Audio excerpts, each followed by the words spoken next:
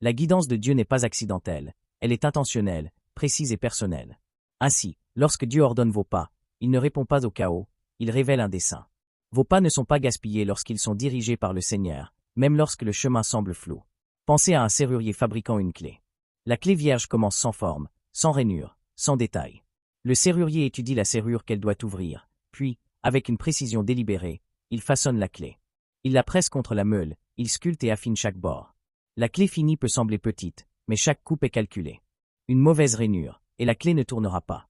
Mais si elle est correctement façonnée, elle ouvre la porte avec facilité. C'est ainsi que Dieu ordonne nos pas.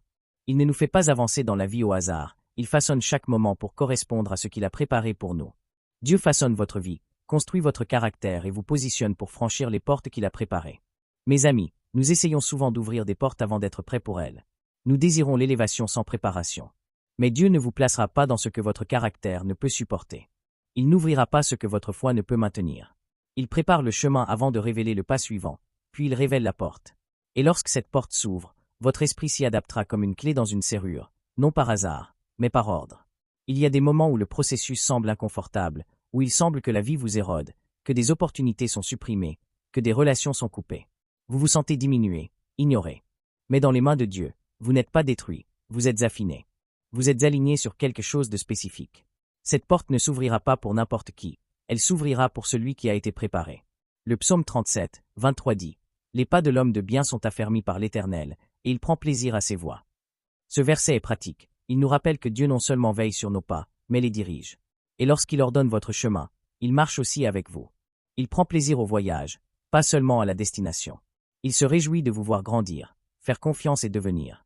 La difficulté survient lorsque l'ordre de vos pas ne correspond pas à vos attentes, lorsque ce que vous espériez ne se produit pas, lorsque les personnes sur lesquelles vous comptiez s'éloignent, lorsque le plan que vous avez construit s'effondre. Dans ces moments, beaucoup se sentent abandonnés. Mais écoutez cette vérité, l'ordre de Dieu ne se prouve pas dans les moments faciles, il se révèle dans les moments de confusion. C'est là que la confiance devient réelle, que la foi n'est pas un concept, mais une décision. Considérons Éléazar, le serviteur d'Abraham. Il fut envoyé pour trouver une épouse pour Isaac. Il n'avait ni adresse, ni carte, ni nom, seulement un fardeau et une mission. Pourtant, il n'a pas paniqué. Il a prié pour que le Seigneur guide ses pas. Il est arrivé au puits, et à l'instant précis, Rebecca est venue, la bonne personne, au bon moment, au bon endroit. Ce n'était pas une coïncidence, c'était des pas ordonnés. Éléazar n'était pas le héros, ni le prophète, il était un serviteur. Mais sa décision de s'appuyer sur le Seigneur a façonné toute la lignée de la promesse. Cela nous montre quelque chose de puissant. Dieu ordonne non seulement la vie des rois et des prophètes, mais aussi celle des serviteurs fidèles, ceux qui sont assez humbles pour dire « Seigneur, montre-moi où aller ». Ce type de prière atteint encore le ciel, ce type de cœur reçoit encore des réponses. Certains d'entre vous aujourd'hui se sentent peut-être comme Éléazar. Vous avez été envoyé pour une mission, mais les détails sont flous. Vous ne savez pas où est la porte ouverte, à qui faire confiance, vous vous sentez comme si vous marchiez à l'aveugle. Mais votre prière est votre arme, votre abandon est votre carte, et votre foi est la boussole qui vous mènera à des rendez-vous divins. L'ordre de Dieu n'est pas toujours une ligne droite. Il guide souvent sans crier. Parfois, c'est dans la douce paix, parfois dans l'inconfort qui vous empêche d'avancer plus loin, parfois dans la fermeture d'une porte qui semblait parfaite. Mais lorsque vos pas sont ordonnés, rien n'est aléatoire. Même le retard est un dessein, même le silence est une stratégie. Aujourd'hui, nous allons explorer comment Dieu ordonne vos pas à travers l'invisible. Je vais aussi prier une prière puissante avec vous au nom puissant de Jésus. Alors regardez jusqu'à la fin et ouvrez vos cœurs pour recevoir les bénédictions de cette prière. Concentrons-nous maintenant sur les moments où l'obéissance ne ressemble pas à du progrès. Mes amis, l'obéissance n'est pas toujours récompensée par des résultats immédiats. Parfois, le pas que Dieu vous demande de faire vous conduit à l'immobilité. Parfois, la bonne direction ressemble à rester immobile. C'est là que beaucoup de croyants luttent, car on nous a appris à croire que si nous suivons Dieu, nous verrons des résultats rapides. Nous pensons que chaque oui ouvrira une porte, que chaque acte de foi apportera un mouvement rapide. Mais que se passe-t-il si le pas ordonné par Dieu mène à l'attente et non à la marche? Que se passe-t-il si l'obéissance signifie rester immobile quand tout en vous veut bouger? C'est là que commence la maturité, là que la confiance est testée. Regardons l'histoire de l'homme né aveugle dans Jean 9. Il n'a pas demandé à Jésus de le guérir, c'est Jésus qui l'a trouvé. Il a craché par terre, fait de la boue, l'a placé sur les yeux de l'homme, puis lui a donné un ordre. Va te laver dans l'étang de Siloé. Il n'y avait aucune promesse de ce qui se passerait, aucune explication détaillée, juste une instruction étrange et une direction claire. Et pensez Y, cet homme a dû marcher aveuglément jusqu'à l'étang. Il a dû obéir avant de pouvoir voir. Il a dû avancer dans l'obscurité avec seulement une parole à suivre. C'est ce à quoi ressemble l'ordre des pas de Dieu d'une manière que votre esprit ne comprend pas pleinement. Mes amis, l'obéissance ressemble souvent à de l'incertitude. Mais c'est dans cette incertitude que Dieu agit. L'homme n'a reçu la vue qu'après avoir obéi. Certaines percées viennent de l'autre côté du mouvement, pas avant. Vous ne ressentirez pas toujours quelque chose lorsque vous obéissez, mais quelque chose se passe toujours lorsque vous obéissez, car chaque pas que vous faites dans l'obéissance est rempli d'une intention divine. Mes amis, tous les pas ordonnés ne semblent pas être des progrès aux yeux du monde extérieur. Parfois, ils ressemblent à un pas en arrière, parfois à faire moins alors qu'en vérité, vous faites plus. Vous avez peut-être dit oui à Dieu et soudain perdu en popularité. Vous avez peut-être décidé de marcher dans l'intégrité et vu vos revenus diminuer. Vous avez peut-être suivi l'élan du Saint-Esprit et fini incompris. Cela ne signifie pas que vous êtes hors course. Cela peut être le plus grand signe que vous êtes exactement là où vous devriez être, car l'ordre divin n'est pas une question de confort, mais d'alignement. Quand Dieu a ordonné à Noé de construire une arche, il n'y avait aucun nuage en vue, aucune pluie à l'horizon. Mais il a suivi l'instruction pendant des années. Les gens ont peut-être moqué la tâche, elle semblait insensée. Pourtant, il a construit, et quand la tempête est finalement arrivée, son obéissance est devenue le refuge. L'obéissance construit avant de comprendre. L'obéissance agit avant de voir. Et Dieu honore ceux qui suivent même lorsque rien n'a de sens. Parfois, nous retardons notre obéissance en attendant la clarté. Nous voulons des instructions complètes avant de bouger. Mais les pas ordonnés ne sont pas toujours expliqués. Dieu donne souvent un mot, une direction, et attend de voir si vous lui ferez assez confiance pour avancer. Bien des fois, la révélation suit l'obéissance, pas l'inverse. Vous comprendrez plus tard, vous verrez la raison plus tard, mais le pas est pour maintenant. Et lorsque vous le faites, vous marchez vers un avenir que vous n'aviez pas vu venir. Ésaïe 50, dit. Quiconque parmi vous craint l'Éternel, qu'il écoute la voix de son serviteur. Quiconque marche dans l'obscurité et n'a pas de lumière, qu'il se confie dans le nom de l'Éternel et s'appuie sur son Dieu. Ce verset parle directement à ceux qui marchent dans l'obéissance mais se sentent entourés de silence, sans confirmation, sans applaudissement, sans résultat visible, mais qui continuent de marcher, de faire confiance, de suivre la dernière instruction. Il y a un raffinement qui se produit dans les pas silencieux. C'est dans ces saisons calmes que vos racines s'enfoncent plus profondément, que votre identité ne repose plus sur ce que les gens disent, mais sur ce que Dieu a dit, que vous cessez d'avoir besoin de résultats rapides et commencez à valoriser une foi stable, que vous ne courez plus après les signes mais marchez dans la confiance de sa voix. C'est ainsi que les pas ordonnés vous font grandir. Ils éliminent votre besoin de contrôle et construisent la confiance à chaque pas. Beaucoup de gens manquent la direction divine parce qu'ils s'attendent à ce qu'elle soit dramatique. Mais certains des pas qui changent la vie semblent simples au début. Une décision de dire non à quelque chose qui semble bien, un oui discret à quelque chose que vous ne comprenez pas pleinement, un moment d'obéissance qui s'avère plus tard être une porte que vous ne saviez pas déverrouiller. C'est pourquoi l'ennemi n'attaque pas seulement votre esprit, il attaque votre obéissance, car il sait qu'un seul pas d'obéissance peut tout changer. Mes chers amis, vos pas n'ont pas besoin d'être grands pour être puissants, ils doivent simplement être ordonnés. Lorsque le Seigneur guide, même les petites choses ont du poids. Même un moment de reddition silencieux est fort dans l'esprit. Même quand cela n'a pas de sens, cela fait des progrès dans l'invisible. Et lorsque vos pas sont en phase avec sa volonté, aucune force n'est assez puissante pour vous arrêter. Le retard ne peut pas le bloquer, l'ennemi ne peut pas l'arrêter, l'homme ne peut pas le renverser, car ce que Dieu ordonne, il le soutient, et ce qu'il dirige, il l'accomplit. Réfléchissons maintenant sur les moments où les portes fermées protègent votre destinée. Mes amis, l'une des choses les plus difficiles à accepter est lorsqu'une porte pour laquelle vous avez prié reste fermée. Vous avez jeûné, cru, tout donné, et pourtant rien ne s'est ouvert. Ce silence peut être déchirant, ça ressemble à un échec, à un rejet. Mais et si ce n'était pas un rejet? Et si c'était une redirection? Et si la porte restait fermée parce que Dieu vous guidait loin de quelque chose qui vous aurait fait du mal? Certaines portes semblent belles de l'extérieur mais portent des dommages à l'intérieur. Certaines opportunités portent un poids que votre caractère n'est pas encore destiné à supporter. Certaines connexions vous ramèneraient dans des cycles que vous n'étiez pas censé répéter. Ainsi, la porte se ferme, non parce que vous êtes oublié, non parce que vous êtes puni, mais parce que la protection fait partie des pas ordonnés. Regardons un exemple souvent négligé. Paul et ses compagnons dans Actes 16. Ils ont essayé d'aller en Asie pour prêcher. Cela semble être une bonne chose, n'est-ce pas? Ils avaient des intentions pures, ils voulaient répandre l'Évangile. Mais Actes 16, 6-7 dit, ayant parcouru la Phrygie et le pays de Galatie, ils furent empêchés par le Saint-Esprit de prêcher la parole en Asie. Lorsqu'ils furent arrivés en Mysie, ils essayèrent d'entrer en Bithynie, mais l'Esprit ne le leur permit pas. Ils n'étaient pas désalignés, ils n'étaient pas dans le péché, ils étaient en mission, et pourtant l'Esprit a dit non. Cela nous montre quelque chose de puissant. Mes amis, même les bonnes choses ne sont pas toujours des choses de Dieu. Même les intentions saintes doivent encore être guidées par le Saint-Esprit. C'est pourquoi tant de ministères échouent, car le motif n'était jamais une pleine obéissance à Dieu. Au lieu de cela, ils ont suivi la logique, choisi la commodité, étaient motivés par l'ambition, pas par l'instruction. Ils ont bougé parce que cela avait du sens, peut-être même par envie, mais pas parce qu'ils étaient envoyés. Et quand la logique remplace la direction, le désastre est proche. Quand le confort remplace l'appel, l'effondrement est proche. La porte semblait peut-être ouverte, mais la direction n'était pas divine. Regardez ce qui s'est passé avec ma femme et moi.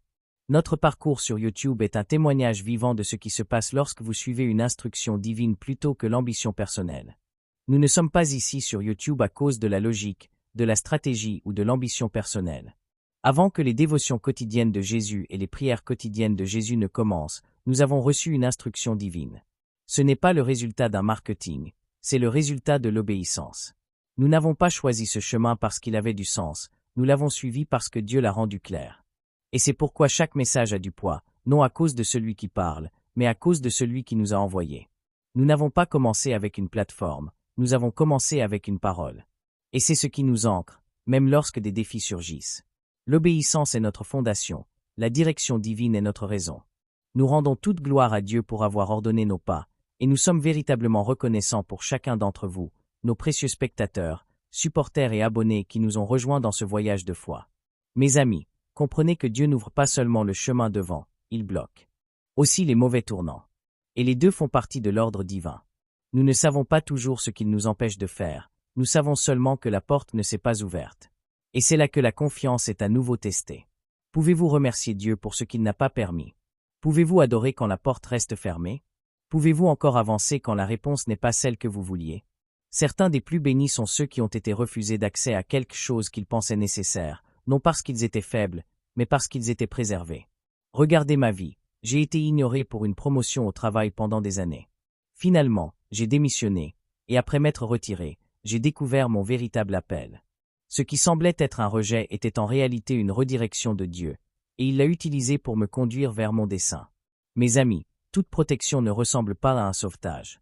Parfois, elle ressemble à un retard, parfois à du silence, parfois à être ignoré. Mais dans tous les cas, c'est la preuve que vos pas sont surveillés et dirigés par celui qui voit ce que vous ne pouvez pas voir. Regardez l'histoire de la femme sunamite dans 2 Rois 4. Elle a construit une chambre pour le prophète Élisée. Elle n'a jamais rien demandé, mais lorsqu'il a prophétisé un enfant, elle l'a reçu. Des années plus tard, son fils est mort, son cœur était brisé, mais elle n'a pas enterré sa foi. Elle a placé l'enfant sur le lit du prophète et est partie chercher l'homme de Dieu. Elle n'a fait aucune scène, n'a parlé à personne de la mort, elle a simplement dit « Tout va bien ». Et grâce à sa foi et sa persévérance, son fils a été ramené à la vie. Voici ce que nous manquons souvent. Quand Élisée a d'abord demandé à son serviteur de poser son bâton sur le garçon, rien ne s'est passé. Cette méthode n'a pas fonctionné, c'était une porte fermée. Mais la femme n'a pas abandonné. Elle est restée présente, elle a continué à croire, et Élisée lui-même est allé, a prié, et l'enfant a été ramené à la vie. Cette interruption, cet échec apparent, n'était pas la fin, c'était un détour qui l'a mené plus profondément dans la puissance divine. Les portes fermées ne sont pas des signes de défaite, elles sont souvent des signes que quelque chose de plus grand est à venir. Le mauvais oui peut ruiner le bon appel. Ainsi, lorsque le Seigneur ferme une porte, ce n'est pas pour vous faire du mal, c'est pour préserver votre dessein. C'est pour empêcher votre cœur de s'attacher à des choses qui l'écraseraient plus tard. Mes chers amis, vous ne pouvez pas baser votre foi uniquement sur les portes ouvertes. Vous devez aussi faire confiance aux portes fermées. Vous devez croire que le retard ne signifie pas le refus. Vous devez comprendre que le refus ne signifie pas le rejet, et que le rejet peut être une intervention divine. Vous n'êtes pas oublié lorsque la réponse est non. Vous n'êtes pas en retard lorsque la porte reste fermée. Vous êtes simplement préservé pour ce qui vous est destiné. Le psaume 84, 11 dit « Car l'Éternel Dieu est un soleil et un bouclier. L'Éternel donne la grâce et la gloire, il ne refuse aucun bien à ceux qui marchent dans l'intégrité. » S'il le retient, ce n'était pas un bien pour vous. S'il le ferme, cela ne vous aurait pas aidé. S'il le bloque, ce n'était pas votre bénédiction. Votre tâche n'est pas de forcer votre chemin, votre tâche est de continuer à marcher dans la direction qu'il montre, même si cela semble être un détour, même si cela ressemble à une perte. Car chaque porte fermée vous rapproche de la porte qui s'ouvrira au bon moment. Il y a des portes dont vous remercierez Dieu plus tard, des relations que vous louerez pour avoir été bloquées, des emplois que vous serez reconnaissant de ne pas avoir obtenus, des chemins que vous serez heureux de ne pas avoir suivis, car s'ils avaient fonctionné, ils vous auraient éloigné de votre dessein. La main de Dieu n'est pas seulement sur ce qui s'ouvre, elle est aussi sur ce qui se ferme. Et lorsque vos pas sont ordonnés, même le chemin bloqué est une bénédiction. Concentrons-nous maintenant sur les moments où la sagesse garde le pas suivant. Mes amis, certains pas nécessitent plus que la foi. Ils nécessitent la sagesse, non celle du monde, mais celle qui vient de la révérence, de la prière et de la clarté. La sagesse vous empêche de courir devant Dieu. Elle vous ralentit lorsque les émotions tentent de vous précipiter. La sagesse n'est pas de l'hésitation, c'est une retenue guidée par la perspicacité. Et lorsque vos pas sont véritablement ordonnés par le Seigneur, la sagesse devient votre protection. Mes chers amis, il y a des moments où le bon pas n'est pas en avant, mais en dedans, lorsque Dieu n'a pas besoin que vous bougiez géographiquement, mais spirituellement, lorsqu'il ne vous appelle pas à prendre une nouvelle position, mais à rester ferme dans vos convictions. Sans la sagesse, nous courons après le mouvement et nous trompons. Sans la sagesse, nous interprétons l'attente comme un échec. Mais lorsque la sagesse s'élève, vous commencez à voir le retard comme une direction. Vous cessez de lutter contre l'immobilité, vous cessez de confondre le silence avec l'absence, et vous commencez à voir comment Dieu aligne les choses sous la surface. Regardons un homme dont les pas ordonnés étaient pleins de sagesse, Néhémie. Il a entendu parler de la destruction des murailles de Jérusalem et s'est senti profondément chargé. Mais il n'a pas agi imprudemment, il n'a pas foncé dans une situation brisée. La Bible dit qu'il s'est assis et a pleuré, puis il a jeûné, prié et attendu. Quand le moment est venu, il a demandé au roi la permission, la faveur et les ressources. Néhémie 2h4 dit. Alors le roi me dit, que veux-tu? Et je priai le Dieu des cieux. Cette seule phrase nous montre tout. Avant que Néhémie ne parle au roi, il a parlé à Dieu. Avant de demander à un homme, il a consulté le Seigneur. C'est la sagesse, et c'est ainsi que vous marchez avec des pas ordonnés. Néhémie n'a pas laissé l'urgence de la situation le pousser à la hâte. Il a honoré le fardeau, mais il a permis à Dieu de guider le plan. Certains d'entre nous entendent l'appel mais bougent sans conseil. Certains ressentent l'élan mais ne s'arrêtent jamais pour prier. Et c'est pourquoi certains plans s'effondrent sous la pression, non parce qu'ils étaient mauvais, mais parce qu'ils étaient construits sur l'impulsion, pas sur la perspicacité. La sagesse attend quand c'est nécessaire, et quand elle bouge avec clarté et couverture. Dieu ne veut pas seulement que vous bougiez, il veut que vous compreniez pourquoi. Il veut que vos pas soient couverts de prière, pas de panique. Il veut que vos décisions soient scellées par le discernement, pas par l'émotion. C'est ainsi que la sagesse garde le chemin, c'est ainsi que vous marchez sans regret. Toutes les portes ouvertes ne sont pas une mission. Toutes les opportunités ne viennent pas de Dieu. La sagesse vous aide à tester le moment, pas seulement à faire confiance aux sentiments. Quand la sagesse guide, vous ne bougez pas parce que cela semble bien, vous bougez parce que vous avez été confirmé dans la prière, parce que Dieu a donné la paix, parce que la parole s'aligne avec le murmure. Et quand toutes ces choses s'accordent, vous marchez non avec peur, mais avec confiance. Certaines des plus grandes erreurs se produisent dans des moments de pression, quand les gens sentent qu'ils doivent décider maintenant, quand quelqu'un dit « c'est votre seule chance ». Quand la peur dit « si vous n'agissez pas maintenant, vous le manquerez ». Je me souviens il y a quelques années, j'ai failli m'engager dans un horrible contrat de multipropriété déguisé en opportunité d'investissement. Cela promettait des vacances à vie et des avantages exclusifs, mais derrière les brochures brillantes, il y avait des frais cachés, des contrats bloqués et aucune valeur réelle. Cela semblait être une bénédiction au début, mais c'était vraiment un piège enveloppé d'urgence et de charme. Je suis reconnaissant que la sagesse, même si elle est venue à la dernière minute, m'ait aidé à faire une pause, à regarder plus loin et à m'éloigner avant de faire une erreur coûteuse. Mes amis, tout ce qui est construit sur la pression s'effondrera sous le poids, et tout ce qui est précipité en dehors du timing de Dieu créera plus de douleur que de progrès. C'est pourquoi la sagesse n'est pas une faiblesse, c'est une protection. La sagesse vous apprend à dire non, même quand le oui semble attrayant. Elle vous apprend à attendre, même quand les autres se précipitent. Elle empêche vos pieds de courir devant votre esprit. Elle retient votre langue quand les émotions veulent parler. Elle vous garde aligné quand les distractions tirent. Ce n'est pas de l'hésitation, c'est de la force spirituelle. C'est la beauté des pas ordonnés guidés par la sagesse. Proverbe 3, 5-6 dit. Confie-toi en l'Éternel de tout ton cœur, et ne t'appuie pas sur ta sagesse, reconnais-le dans toutes tes voies, et il aplanira tes sentiers. Ce n'est pas seulement un verset de réconfort, c'est un commandement de ralentir et de le chercher en premier. Cela nous rappelle que le chemin le plus sûr n'est pas toujours le plus rapide. Cela nous dit que la compréhension humaine peut être erronée, mais l'instruction divine ne faillit jamais. Certains d'entre vous sont dans une saison où vous devez prendre des décisions. Vous demandez à Dieu d'ouvrir des portes, mais il vous demande d'abord d'ouvrir vos oreilles. Il veut parler avant que vous ne fassiez un pas. Il veut instruire avant que vous ne bougiez. Il ne vous retient pas, il vous stabilise, car ce qui est devant est significatif, et il préférerait prendre du temps avec vous plutôt que de vous regarder construire quelque chose qu'il n'a pas conçu. Mes amis, lorsque la sagesse guide vos pas, le fruit durera. Vous n'aurez pas à forcer les choses, à courir après les gens, à vous expliquer. Vous marcherez simplement avec assurance, même si les autres ne comprennent pas. Car lorsque Dieu l'ordonne et que la sagesse le confirme, la paix suit, et là où la paix mène, le dessein vit. Que votre prochain pas soit guidé par la sagesse qui ne vient que de Dieu, pas de la peur, pas de l'impulsion, pas de la pression, mais d'une clarté spirituelle guidée par la prière. Puissions-nous avancer avec discernement et sagesse, en faisant confiance que lorsque nous attendons Dieu, il nous éloigne des pièges et nous conduit vers de véritables bénédictions.